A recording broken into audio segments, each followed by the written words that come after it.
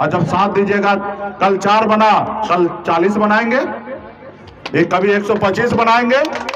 जब 40 विधायक बन जाएगा तो पार्टी जल्दी टूटेगा नहीं, और जब 40 विधायक होगा तो अभी देखिए 43 को विधायक पे मुख्यमंत्री बने हैं नीतीश जी। नमस्कार, मैं देवांशु, आप देख रहे हैं न्यूज़ फोन से। इस साल बिहार में विधानसभा के चुनाव होने हैं और ये तय मानिए एनडीए हो या महागठबंधन, सीटों का बंटवारा जब होगा तब जो है वो सिर्फ टव्वल की नौबत जो है दोनों ही गठबंधन में होने वाली है। इस बीच खबर वीआईपी पार्टी को लेकर है। मुकेश सहनी जो हैं आज मधेपुरा के आलमनगर पहुंचे, जहां पर उनका जो है वो जोरदार स्वागत किया गया। इस मौके पर उन्होंने लोगों को संबोधित किया और जो बातें हर जगह जो मुकेश सहनी कहते हैं वो तो कह ही रहे थे, लेकिन नई बात जो है आज के भाषण में ये नज़र आई कि आलमनगर विधानसभा सीट से जो है वो मुकेश सहनी की पार्टी जो है वो चुनाव लड़ेगी। देखिए, कई सिर्फ टव्वल तो होगा सीट शेयरिंग के दौरान, ये तय है, लेकिन कई ऐसी सीटें जो है ना अभी से तय है कि ये सीट जो है इस गठबंधन के तहत इस पार्टी को जाएगी, उस गठबंधन के तहत उस पार्टी को जाएगी। कुछ सीटों को लेकर पेच फंसता है, उस पर हम बाद में बात जो है वो कर लेंगे। लेकिन आलमनगर सीट को लेकर मुकेश सहनी ने साफ किया है कि उनकी पार्टी इस सीट पर चुनाव लड़ेगी। और एक और बड़ा इशारा जो है वो आज के संबोधन में रहा कि मुकेश सहनी ने क्लियर कर दिया है कि इशारा क्लियर है कि वो कितनी विधानसभा सीटों पर महागठबंधन के बैनर तले जो है वो चुनाव लड़ने वाले हैं। तो उन्होंने क्लियर कहा है कि इस बार 40 विधायक होंगे। 40 विधायक तभी होते हैं आपके पास जब आप कम से कम 40 सीटों पर चुनाव लड़ते हैं। और ये तय मानिए कि मुकेश सहनी की पार्टी जो है जब सीट शेयरिंग का बंटवारा होगा तो अपने तरफ से, यानी कि मुकेश सहनी अपनी पार्टी के तरफ से ये पक्ष जो है वह रखेंगे कि 40 सीट तो उन्हें कम से कम चाहिए। बात कितने पे बनती है वो तो वक्त बताएगा, लेकिन अब मुकेश सहनी का पूरा संबोधन जो है वो सुनिए, किस तरीके से मल्लाहों को लेकर बोल रहे हैं, निषाद आरक्षण की बात उठा रहे हैं और अपने समाज के लोगों को एक तरह से आप ये भी कह सकते हैं कि जागृत कर रहे हैं। उनके अंदर जो है खासकर पढ़ाई को लेकर जो है वो अपने बच्चों को पढ़ाएं, इसको लेकर जो है वो अपने समाज के लोगों को जागरूक करते हुए नजर आ रहे हैं। बातें लालू यादव पर भी करते हैं, बातें तेजस्वी यादव पर भी करते हैं और बहुत कुछ कहते हैं। कितना बोले हम, अब मुकेश सहनी को सुनिए। कीजिएगा तब आरक्षण मिलेगा। जो समाज अपने समाज को लीडर बना लिया वो समाज आगे बढ़ता है। जैसे हमारा यादव भाई एक नेता को चुना, आदरणीय लालू प्रसाद यादव जी को, देखिए समाज कितना आगे बढ़ा। हर समाज, मुसल समाज है तो अपना नेता मान लिया, हमारे पासवान भाई है तो एक स्वर्गीय रामविलास पासवान जी को नेता मान लिया, उत्तर प्रदेश में बहन मायावती को दलित भाई ने नेता माना। तब देखिए वो समाज के अधिकार के लिए लड़ाई लड़ते हैं। आज हम लोग लड़ाई लड़ते आपके लिए, हमको कमजोर करने में लगा रहता है। बड़ा बड़ा शक्ति वाला है, पैसा वाला है, ज्यादा बोलते। अभी पिछली बार आप देखे होंगे हम अपने अधिकार के लिए लड़ाई लड़ रहे थे और 4 को विधायक को ले लिया भाजपा वाले ने, हमको कमजोर कर दिया। फिर हम खड़ा हुए और संघर्ष कर रहे हैं। तो संघर्ष में आप लोगों को साथ देने की आवश्यकता है। और जब साथ दीजिएगा, कल 4 बना, कल 40 बनाएंगे, कभी 125 बनाएंगे। जब 40 विधायक बन जाएगा तो पार्टी जल्दी टूटेगा नहीं, और जब 40 विधायक होगा तो अभी देखिए 43 को विधायक पे मुख्यमंत्री बने हैं नीतीश जी। आपके पास भी विधायक ज्यादा होगा तो आपका डिप्टी चीफ मिनिस्टर होगा, बहुत सारा मंत्री होगा, आपका अपना मुख्यमंत्री होगा। और जब आपका अपना लोग होगा तो निश्चित तौर पे आपके अपने लोग अपने आपके अधिकार के लिए लड़ाई लड़ेगा। आज हमारे पास कुछ भी नहीं है तब भी आपके लिए लड़ाई लड़ रहे हैं, और जब हमारे पास पावर आएगा तो डबल स्पीड में लड़ाई लड़ेंगे। फिर ज्यादा से ज्यादा लोग हमारी बात को सुनेगा। अभी तो बोलता रहे ये तो मछली मारने वाला है, कितना लड़ेगा। ये कल तक पहले बोलता था कि क्या कर लेगा मुकेश सहनी, इसका समाज मछली बेचने वाला, मछली मारने वाला, इससे कुछ नहीं होगा। और जब हमने 4 विधायक बना के दिखा दिया तब वो लोग मानने लगा कि मुकेश सहनी सिर्फ मछली मारने वाला नहीं है, ये आने वाला समय में सरकार बनाने वाला मुकेश सहनी है। और इसलिए हमको रोक दिया आगे बढ़ने से, लेकिन मुकेश सहनी रुकेगा नहीं। जैसे हमारे राज्य में एक दशरथ मांझी हुए जो पहाड़ को तोड़कर रास्ता बना के आगे चला, उसी तरीके से दूसरा मुकेश सहनी है कि भाजपा के सीना पर चढ़कर अपने समाज को आरक्षण लेंगे, और आरक्षण नहीं देंगे तो भाजपा को दिल्ली का कुर्सी खाली कराकर वहां पे खुद बैठकर अपने लोगों का आरक्षण हम लोग लिखेंगे, साथियों लिखेंगे। हम रुकने वाले नहीं हैं, सिर्फ साथ आपकी जरूरत है, क्योंकि वोट में ही जो ताकत है ना, ये वोट में ताकत, आपका वोट से ही राज्य में मुख्यमंत्री और देश का प्रधानमंत्री बनता है। और जब आपका वोट का ताकत हमारे साथ होगा तो दुनिया का हर ताकत से हम लड़ाई लड़ेंगे। तो बहुत बहुत धन्यवाद देता हूं। यहाँ तो हम लोग सामाजिक कार्यक्रम में आए हैं और अफसर भी बहुत सारा बात रखे हैं, फिर मौका मिलेगा आप लोगों के। बगल में ही छातापुर में कार्यक्रम पहले से बना हुआ था और मैं बहुत पहले से ही प्रयासरत था कि आपके गांव में आए, लेकिन कभी मौका नहीं मिला। कई बार आपके गांव में, आपके पंचायत के बारे में चर्चा हुआ, लेकिन समय नहीं मिलने के कारण हम लोग नहीं आ रहे थे। लेकिन अभी हमें जैसे निमंत्रण मिला सांगली सभा का, तो हम सोचे कि यहाँ पे यही समय है, आप लोगों से भेंट मुलाकात भी होगा। तो मैं सामाजिक कार्यक्रम में आप लोगों के बीच में आया हूँ, और क्योंकि आगे भी कार्यक्रम है, यहाँ से भी हमें छातापुर जाना है, उसके बाद वहाँ से फिर मधुबनी जिला जाना है, फिर रात को ही पटना भी जाना है। तो बहुत लंबा सफ़र है। बस आप लोगों के लिए मैं यही आया हूँ कि सामाजिक कार्यक्रम में कि ईश्वर अपने जगह चरणों में जगह दे, और तो परिवार के साथ हम लोग खड़े हैं, यही एहसास दिलाने के लिए आप लोगों के बीच में आए हैं।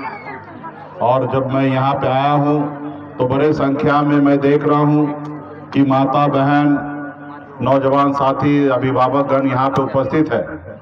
तो मैं बस आप लोगों से एक आग्रह करना चाहता हूँ कि हर इंसान को इस संसार में अपनी जिंदगी को बेहतर बनाने के लिए अवसर मिलता है। आज देखिए इस संसार में कुछ लोग बड़े बड़े गाड़ी, बड़े बड़े महलों में रह रहे हैं, लेकिन बहुत सारे लोग को रहने के लिए घर नहीं है, 2 वक्त का रोटी सही से नहीं मिल पाता है, गरीबी में जिंदगी जीते हैं। तो आपका भी अधिकार है कि बड़े लोगों के जैसे जिंदगी जीने का, लेकिन उसके लिए आपको ही काम करना पड़ेगा। मैं भी एक गरीब परिवार में ही जन्म लिया, पिताजी मछली मारते थे, ऐसे परिवार में मेरा जन्म हुआ। लेकिन हमारी माता पिता ने हमें पढ़ाया लिखाया, और हम पढ़ाई लिखाई के दम पर मुंबई जैसे शहर में जाकर कामयाबी का झंडा गाड़े। उसके बाद आज आपके हक अधिकार के लिए लड़ाई लड़ रहे हैं और बिहार का नेता, लीडर बन गए। उसी तरीके से आपके भी परिवार में मुकेश सहनी जैसे व्यक्ति बन सकता है, लेकिन उसके बनाने के लिए आपको क्या करना पड़ेगा कि 1 रोटी कम खाइए, लेकिन सबसे पहले अपने बच्चे को पढ़ा लिखा के काबिल बनाइए। जब तक हमारा समाज शिक्षित नहीं होगा तब तक हमारा समाज आगे नहीं बढ़ेगा। जब समाज आगे बढ़ेगा तो राज आगे बढ़ेगा, राज आगे बढ़ेगा तो हमारा देश आगे बढ़ेगा। और ये शिक्षा जरूरी है। तो इसलिए बड़े संख्या में यहाँ माता बहन है। इस संसार में गरीबी से अगर पीछा छोड़ाना है तो मात्र 2 ही विकल्प है। एक, अपने बच्चे को पढ़ा लिखा के काबिल बनाना, और दूसरा जो सरकार है वो आपके लिए अच्छा पॉलिसी बनाए। और वो सरकार आपका अच्छा पॉलिसी तब बनाएगा जब सरकार आपका होगा, तब आपके लिए सोचेगा। जो सरकार आपका ही नहीं होगा, जो सरकार आपका नहीं होगा, आपके लिए क्यों सोचेगा? जैसे मैं आज आपका अपना आदमी हूं, मैं आपको अपना परिवार मानता हूं, आपका अपना भाई मानता हूं, तो ही मैं आपके घर पे आया हूं। तो इसलिए मैं आपका अपना परिवार का बच्चा हूं, इसलिए आपके पास आया हूं। आज मैं बम्बई का ऐशोआराम जिंदगी को छोड़कर आपके अधिकार के लिए मैं लड़ाई लड़ रहा हूं पूरे बिहार में 10 सालों से, घर परिवार को छोड़कर, क्योंकि मैं आपका परिवार के लोग हैं। अगर मैं ब्राह्मण होता, राजपूत होता, ऊंची जाति में जन्म लेता तो आपके लिए लड़ाई नहीं लड़ता। तो इसलिए आपको भी अपनी लड़ाई लड़ना पड़ेगा। ये देश जो था वो गुलाम था। आपके पूर्वज, हमारे पूर्वज ने लड़ाई लड़ा, तब जाके ये देश आजाद हुआ। इस देश में जितने बड़े से बड़े अमीर आदमी या ऊंचे जाति का जितना अधिकार है, उतना ही गरीब आदमी का और पिछड़ी जाति का भी उतना ही अधिकार है। लेकिन आप अपने अधिकार के लिए लड़ाई नहीं लड़ते हैं। आज बंगाल में जाइए, वहां पे निषाद समाज के सभी उपजाति, चाहे बिंद हो, बेलदार हो, नुनिया हो, मला हो, चाहे हो तियर हो, बनपर, गोरी, निषाद के सभी 22 उपजाति को आरक्षण मिल रहा है, एससी का दर्जा मिल रहा है। दिल्ली में आरक्षण मिल रहा है एससी का दर्जा, लेकिन बिहार में नहीं मिल रहा है। अगर बिहार में मिलता तो आज निषाद का बेटा कलेक्टर होता, एसपी होता, एसडीओ होता, डॉक्टर होता, इंजीनियर होता, बड़े बड़े ओहदे पे रहता। लेकिन आरक्षण नहीं रहने के कारण आज आपको नहीं मिला। और आरक्षण कौन देगा? एक सरकार का काम है देना, और आपका काम है विरोध करके, लड़ाई लड़कर लेना। जब आप लेने के लिए नहीं खड़ा होइएगा तो देने वाला नहीं देगा। तो आपका अपना अधिकार अगर है तो लड़ाई लड़कर छीनना पड़ेगा। आज हम लोग अपने अधिकार के लिए लड़ाई लड़ रहे हैं। कल तक बिहार में निषाद को कोई जानता नहीं था, लेकिन आप और हम सब मिले हैं जब आपने हमको अपना नेता माना है, और जब आपने कहा सनत मल्ला आप आगे बढ़ो, हम तुम्हारे साथ हैं, तो आज पूरा बिहार ही नहीं पूरा देश हमसे डरने लगा है। कल तक हमारे लोगों को एक टिकट नहीं मिलता था, लेकिन आज हम टिकट मांगते नहीं है, टिकट बांटते हैं, वो हमारी ताकत है। 2020 में बिहार में सरकार बना, नीतीश कुमार जी मुख्यमंत्री बने, उनको मुख्यमंत्री हमने बनाया। अगर हम समर्थन नहीं देते तो बिहार में नीतीश कुमार मुख्यमंत्री नहीं बनता। ये हमारी ताकत था। जब आपके गांव के, आपके पंचायत से जो समस्या आया, एक लेटर हमने लिखा, और लेटर लिखने के साथ ही आपके पंचायत में पंचायत भवन बनने का काम शुरू हो गया। ये पंचायत सरकार भवन बनना चालू हो गया, क्योंकि ये आपका पावर था। उनको भी पता था कि मुकेश जी का बात नहीं मानेंगे, जब चाहेंगे तब सरकार गिरा देंगे, नीतीश जी को रोड पे ला देंगे, ये उन्होंने सोचा। तो ये पावर होता है। तो उसी तरीके से आलमनगर विधानसभा बहुत बड़ा संख्या निषाद समाज का है। कई बार हमारे समाज के लोगों ने यहाँ पे लड़ाई लड़ा, कभी 2000 वोट से हार गया, कभी 500 वोट से हार गया, कहीं पर मौका नहीं मिल पाया है। लेकिन आने वाला समय में, पिछले बार भी चुनाव लड़ा हमारे आरजेडी से नवीन निषाद जी, लेकिन उनको भी मौका नहीं मिला। लेकिन इस बार हम लोग कोशिश करेंगे कि आलमनगर विधानसभा में वीआईपी पार्टी का विधायक बने, हमारे अपने विधायक बने। और जब आपके अपने विधायक होंगे, आपकी समस्या लेकर पटना में आएंगे और हमको कहेंगे तो हम काम करेंगे। अभी हमारे छोटा मोटा नेता है, आपकी समस्या को लेकर पटना आते हैं तो हम हो सकता काम करते हैं, लेकिन वही अगर विधायक आपका होगा तो ज्यादा से ज्यादा काम होगा। तो ये राजनीति है, और राजनीति में देश का प्रधानमंत्री आप बनाते हैं, राज्य का मुख्यमंत्री आप बनाते हैं। चाहे एक मुखिया, एक वार्ड सदस्य हो, वो आपके वोट से बनता है, ना ही कि पैसे से बनता, ये वोट से बनता है। और वोट आपके पास है, चाहे संसार में जितना भी अमीर आदमी हो, उसका भी वोट का वैल्यू एक ही है, और आपका भी वोट का कीमत उतना ही है, एक वोट है। तो आप बराबरी है, और आप ही के वोट से प्रधानमंत्री बनता है साथियों।